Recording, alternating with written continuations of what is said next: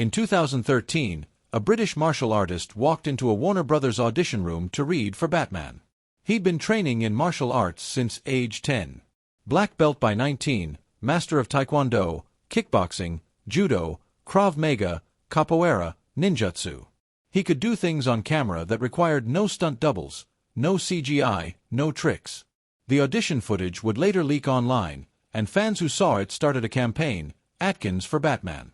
They weren't wrong. If any actor could authentically embody a character whose entire superpower is being the world's greatest martial artist, it was this man. Warner Brothers gave the role to Ben Affleck instead. The martial artist's name is Scott Adkins. And if you don't know who he is, that's the entire problem. Because while Hollywood has spent the last 2 decades filling theaters with CGI superheroes and actors pretending to know martial arts, one of the greatest real martial artists on the planet has been right there the whole time knocking on the door. And Hollywood keeps pretending not to hear. Here's what makes this truly insane. Keanu Reeves during the John Wick 4 press tour specifically named Scott Adkins alongside Donnie Yen and Hiroyuki Sanada as real martial artists and said Scott's technique, his passion, is on another level. Donnie Yen personally requested him for Ip Man 4. Jackie Chan has worked with him. Jean-Claude Van Damme has appeared in 4 films with him. And Adkins later admitted he had to dumb down the choreography so Van Damme could keep up. Isaac Florentine, the director who discovered him, said bluntly, "Scott should have been James Bond. He should have been Batman. He deserves to be a mainstream star." Adkins has over 60 films on his resume, won a Jackie Chan Action Movie Award, and is famous in Asia, Europe, and Latin America. Yet, in America, most people have never heard his name. This isn't a story about an actor who couldn't make it. This is about an industry that stopped wanting what he had to offer. Scott Adkins was born June 17, 1976 in Sutton Coldfield, England, into a family of butchers. At 10, his father took him to a local judo club. The attraction was instantaneous. He became obsessed watching Bruce Lee and Jackie Chan films until 3 o'clock in the morning, then falling asleep in class. At 13, he got mugged. Instead of becoming afraid, he got angry. He turned his father's garage into a personal dojo with a Bruce Lee shrine he'd bow to before training. By 19, he had a black belt in Taekwondo. He didn't stop judo, kickboxing, capoeira, Krav Maga, Jeet Kune Do, wushu, ninjutsu. He became a living weapon who wanted to combine his 2 obsessions, martial arts and movies. At 21, he got into the prestigious Webber Douglas Academy of Dramatic Art. Finally, his path to becoming an actor. Then reality hit. He couldn't afford it. No grant, no wealthy family. He dropped out, convinced the dream was dead. But he needed money. So he taught kickboxing to kids. One of those kids had a father named Tony Jordan, a British TV writer who started giving him small roles in soap operas as a favor. Suddenly Adkins was on EastEnders and other shows, but not as a martial artist. He was literally introduced as the hunk in the shirt. He remembers they kept filming my behind. He was eye candy. His martial arts skills were irrelevant. So he made a demo tape showing everything he could do. Martial arts, acrobatics, fight choreography, and clips proving he could act. In 2001, it reached Hong Kong. Zitung, head of the Hong Kong Stuntman Association, saw it and cast him in Extreme Challenge. Suddenly, this drama school dropout was working with Yuan Wu Ping, who choreographed The Matrix, plus Sammo Hung and Jackie Chan. He was living the dream. But Hong Kong was just the beginning. Back in the UK, he sent another tape to Isaac Florentine, an Israeli-American director making low-budget action films. Florentine almost didn't watch it. He'd seen too many terrible demo reels, but when someone convinced him to give it a chance, he was blown away. Here was someone who could actually move, who had real skills and could act. Florentine gave him a small test role in Special Forces in 2003. Adkins passed. Then came 2006 and everything changed. Undisputed 2, Last Man Standing, was a straight-to-video sequel nobody cared about. The villain was Yuri Boyka, a Russian MMA prison fighter. Another actor was supposed to play him, but Florentine wanted Adkins. The producers refused. Too handsome, too short at 5 feet 10 inches, too unknown. Florentine got into what he calls a screaming match with producer Avi Lerner and wouldn't back down. Finally, They compromised. Adkins could do it if he grew facial hair and wore heeled shoes. Yuri Boyka became a phenomenon. The film was released straight to video with zero marketing, but word spread. Action fans were stunned by what they were seeing. The choreography was world-class, and while Michael Jai White was technically the lead, everyone was talking about Adkins's Russian villain. Brutal, terrifying, but with a code of honor. Boyka became iconic. Adkins reprised the role in Undisputed 3, Redemption, winning an Action on Film Award and again in 2017's Boyka, Undisputed, which earned him a Jackie Chan Action Movie Award. He'd created one of the great action characters. There was just one problem. The role that made him famous became the role that trapped him. Because now Hollywood knew him as that Russian guy and couldn't see past it. The calls started coming from bigger productions, which should have been great, except they all wanted the same thing. Disposable henchmen, forgettable villains, bodies in the background. In 2007, a small role in The Bourne Ultimatum, blink and you'd miss him. In 2009, he was the body double for Ryan Reynolds in X-Men Origins, Wolverine playing Weapon 11. Reynolds did close-ups. Adkins did the complicated martial arts. The film launched Reynolds into superstardom as Deadpool. Adkins got forgotten. That footage of him was used again in 2024's Deadpool and Wolverine, and still barely anyone knew his name. In 2012, The Expendables 2, a film celebrating action legends like Stallone, Schwarzenegger, Van Damme, Chuck Norris, Jet Li, cast Adkins as a silent henchman in a movie honoring action stars. He was disposable muscle. Then 2016, in Doctor Strange, his Marvel Cinematic Universe debut. He played a forgettable zealot who gets killed quickly despite being physically superior to most of the cast. Years later, he'd say bluntly, "Did I really want to blow my load on that? No, I don't think so." One small role potentially ruined his chances at ever playing a significant Marvel character. Meanwhile, actors with a fraction of his skills were landing superhero franchises and becoming household names. Adkins described the Hollywood hierarchy with brutal honesty. "There's a pecking order, isn't there? I'm just guessing that I'm behind Frank Grillo." He joked about how casting worked. They've probably been to Frank Grillo and Frank Grillo turned it down, and then it's like, let's see if we can get Scott Adkins. He was the backup to the backup. And the cruelest part, he was better than most of them. But the typecasting was even worse. After Boyka, every producer wanted him to do that Russian accent again over and over. Adkins would suggest Irish, South African, anything to show range. The answer was always no. "I've been typecast," he admitted. "People don't want to take a risk or a chance. Quite a few times they've come up to me and say, 'We want you to do that Russian accent.' And they don't trust that you can properly pull them off." He pointed out the absurdity. English people can be tough, brawny martial arts fighters as well. It's not the Cold War. The villains don't have to be Russian, but Hollywood loves its boxes. Adkins, a British actor with a thick Brummie accent, was rarely allowed to use his own voice. His success as Boyka became his prison. So, while Hollywood kept him at arm's length, Adkins did something unexpected. He became the king of straight-to-video action cinema. Between 2008 and 2020, he starred in dozens of low-budget films. Ninja, Assassination Games, Universal Soldier, Day of Reckoning, Accident Man, Triple Threat, Savage Dog. These weren't prestige pictures, but they were pure action made by people who understood real fight choreography.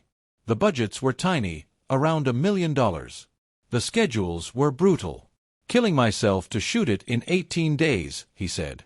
When he started, these productions might get 6 or 7 weeks. By 2020, that had shrunk to 4 weeks, sometimes 3.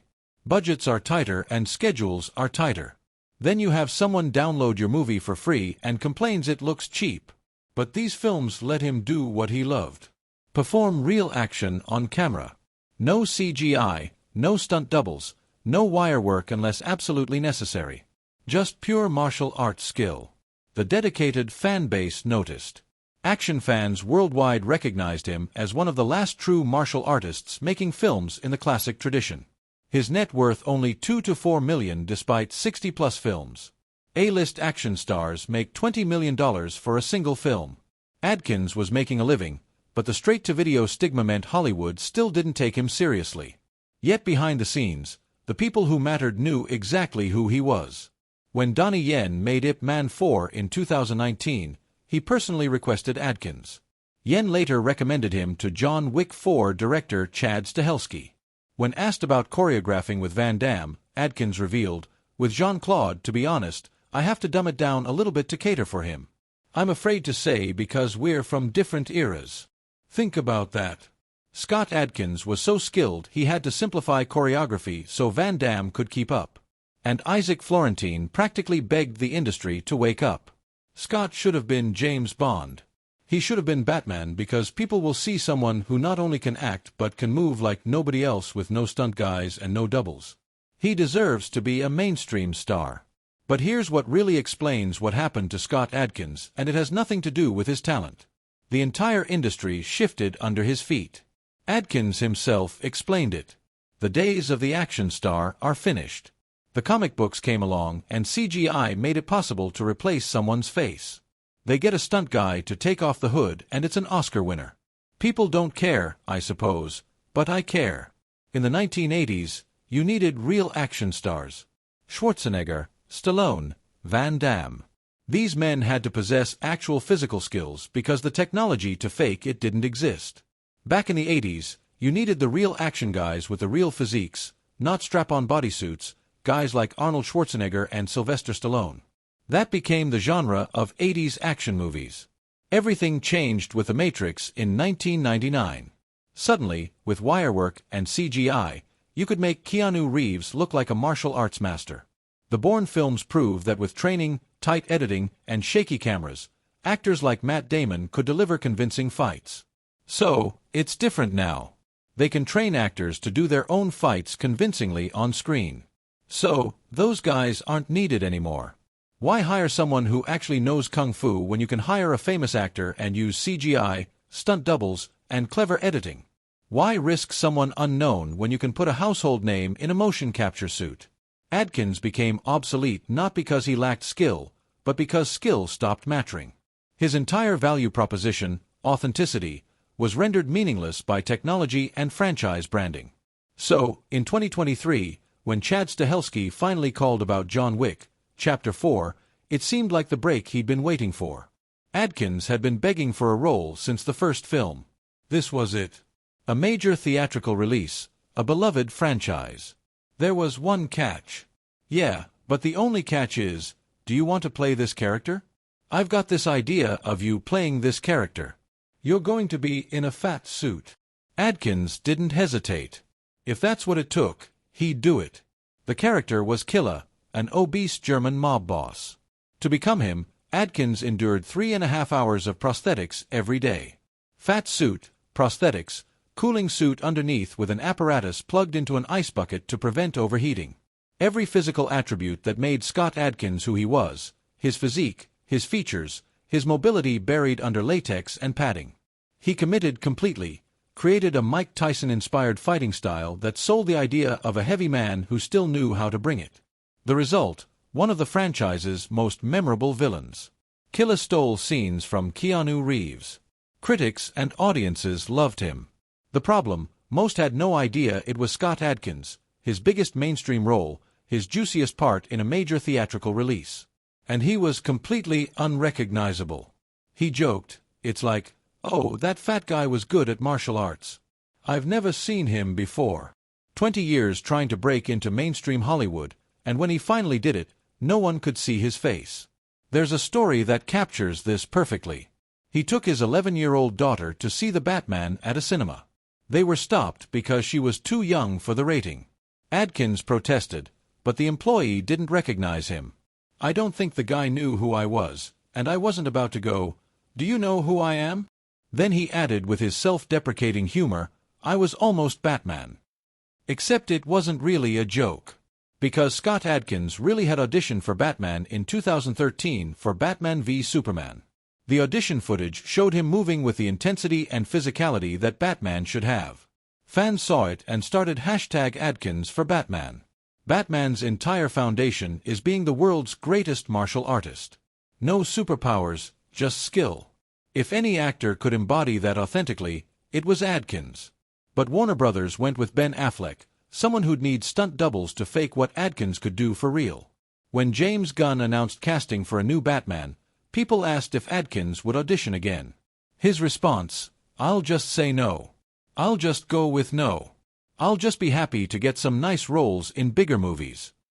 The resignation was palpable. The dream was dead. At 48, the physical toll is undeniable. I feel like Humpty Dumpty sometimes, like I just need to put myself back together again so I can get back on the wall. Hopefully, I don't fall off. Early in his career, he'd ramp up training before martial arts films. Now, these days, when I finish a movie, I spend any spare time that I get working to rehab any strains or injuries, and I try to fix myself up so that I can get back into the fray. During Undisputed 4, approaching 40, fight, coordinator Tim Mann gave him 10 completely new kicks to learn. 10 new techniques added to a massive arsenal. But he's realistic now. The days of doing films full of action for the sake of action are behind me. You can't be doing somersaults forever. You do get older. And yet, he refuses to stop. In 2023 to 2024 alone, John Wick 4, Day Shift, One More Shot, Lights Out, The Killer's Game with Dave Bautista.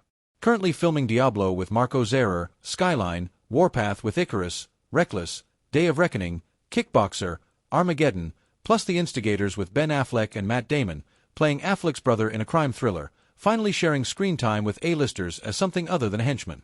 That's 3 to 5 movies per year, shot in 3 to 4 weeks each with tiny budgets. "I make a good living doing what I love," he says. But he admits the dream of the next rung of the ladder has been elusive. Here's the strangest part about Scott Adkins's fame. He's huge everywhere except America. In Asia, Europe, Latin America. He's a legitimate star. He's won awards at international film festivals, achieved cult hero status.